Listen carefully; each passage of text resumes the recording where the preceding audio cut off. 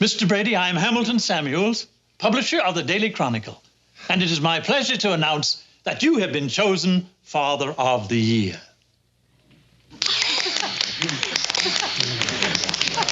Father of the Year?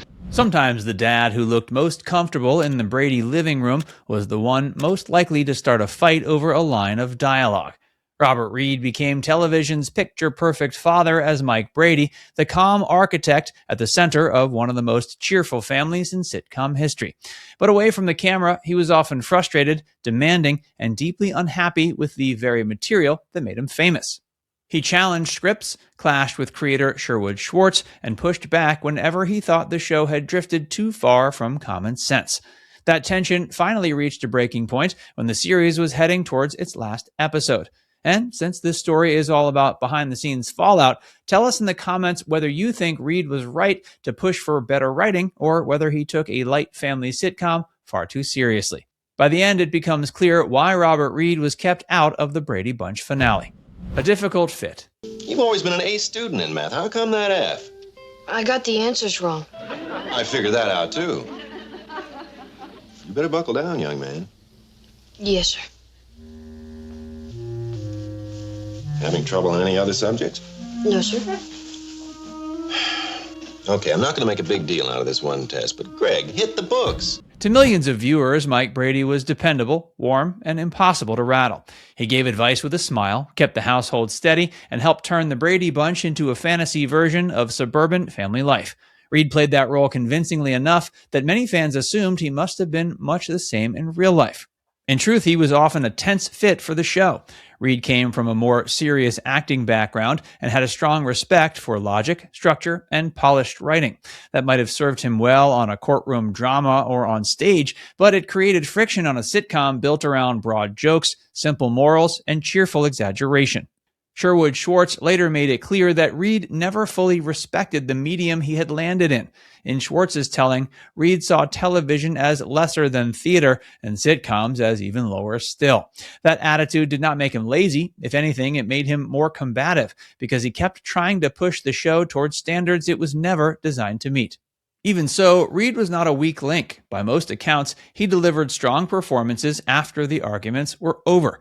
The problem was everything that happened before the camera rolled. He fussed over details, questioned jokes, and had a habit of turning minor objections into larger battles. Fighting the script. I want you to pay very careful attention to what I'm going to say. I'm talking to you, too, because you're the oldest.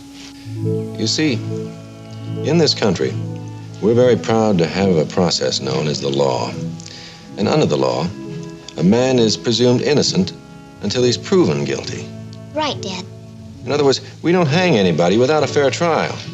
Everybody knows that. Sure, but sometimes we tend to forget. For all of his calm authority on screen, the man delivering the law to the Brady kids had plenty of his own rules once the camera stopped rolling. The conflict was not just about ego. Reed seems to have believed that if a script said something plainly false or silly, the actor had a duty to challenge it. That sounds admirable in theory, but it became exhausting on a series like The Brady Bunch, where realism was rarely the point. One of the clearest examples came in the episode where Carol and Alice make strawberry preserves. Mike Brady was supposed to come home and say the house smelled like strawberry heaven.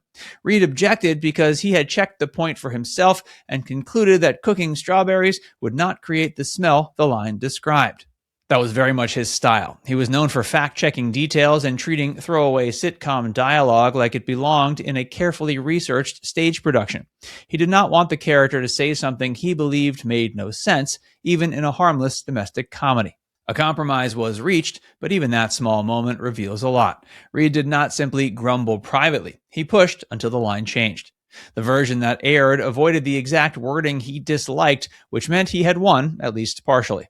For everyone else on set, though, it was another reminder that even the lightest scene could turn into a debate. That pattern wore people out. Hope Juber later says he fought with her father about nearly every detail, and others described him as insistent whenever something did not match what he saw as logical. A sitcom thrives on momentum. Reed kept hitting the brakes. Trying to escape. Jan, a real friend likes you for who you are, not what's on your face. If you judge your friends for passing judgment on you, you're not only judging yourself, you're judging your friends for judging you, and that would be using bad judgment. I never thought of it that way. Seeing Gary Cole step into Mike Brady's shoes almost feels like an odd little preview of what was brewing behind the scenes, because long before anyone else played the part, Robert Reed was already showing signs that he might not want to keep it. The tension grew so strong that Barry Williams later said Reed tried more than once to get fired during the first season. That says a lot about how badly matched he felt to the project. Most actors on a new series are trying to secure their place. Reed, at least at points, seemed to want out. Part of it came from frustration with the scripts, but it may have also come from embarrassment. He was a trained actor with serious ambitions. Now he was standing in a bright television kitchen delivering easy laughs to a family audience. The show would become iconic, but early on, nobody could know that. Florence Henderson apparently had to remind him what kind of series he was in. Her reported message was simple. This was comedy, not Shakespeare. That may sound obvious, but it gets at the central problem. Reed wanted more weight and internal logic than the show was built to provide. Still, he stayed. He remained with the cast for 5 seasons, and that matters. For all the conflict, he did his job, and he helped define the series. He also cared deeply for the younger cast, who seemed to have loved him in return. That emotional bond probably kept him tethered to the show longer than the scripts ever did. So Reed's time on the Brady Bunch became a strange mix of resistance and loyalty. He could complain bitterly about the writing, yet still feel genuine affection for the people around him. That contradiction is part of what makes the story so interesting. The breaking point. Hey, Bobby, what's the towel for? It's a good for your hair follicle. See you later. Where are you going?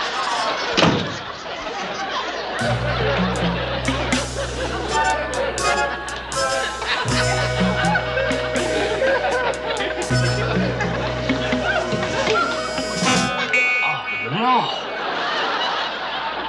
Orange.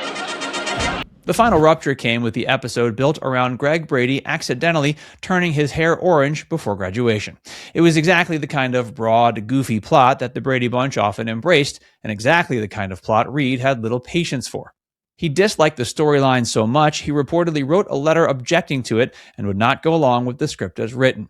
This was not just another complaint on set, it was a refusal serious enough that the production moved forward without him. As a result, Mike Brady is absent from the final episode. For viewers who know the series well, that missing presence feels odd, because the father at the center of the household is simply not there when the original run ends.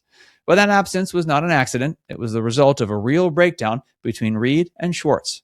What makes it even more striking is the finale was not designed as some grand farewell.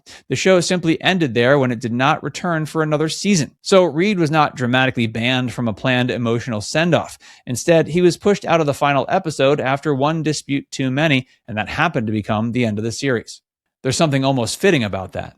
A show famous for neat family resolutions closed its original run with one of its central figures missing because behind-the-scenes harmony had finally collapsed. The man behind Mike Brady.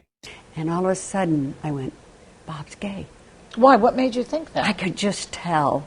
By the way he was arguing? I could tell, and I could tell he was very nervous. There was another layer to Reed's unhappiness that people close to the show later reflected on with sympathy. Florence Henderson believed some of his anger came from living a double life as a closeted gay man while playing America's ideal husband and father. Barry Williams said Reed's sexuality was an open secret on set, but not something he wanted discussed. At the time, the fear was real. Coming out could have damaged his career and perhaps even the series itself. That pressure would have weighed heavily on anyone, especially someone already prone to frustration. It doesn't explain every argument over script logic or comedy style, but it may explain why his irritation often felt larger than the immediate problem. A line about strawberry preserves was never just a line if a person already felt trapped in multiple ways.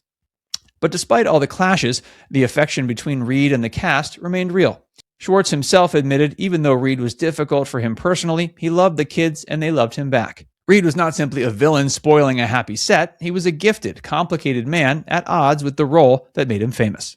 And it's why his absence from the finale still carries a sting. Mike Brady was gone, but Robert Reed's conflict had been present all along, simmering beneath one of television's sunniest families. Now it's time to hear from you. Do you think Robert Reed was justified in standing his ground over weak scripts, or did he let his frustration ruin the fun of a show that was never meant to be taken so seriously? Let us know in the comments section below.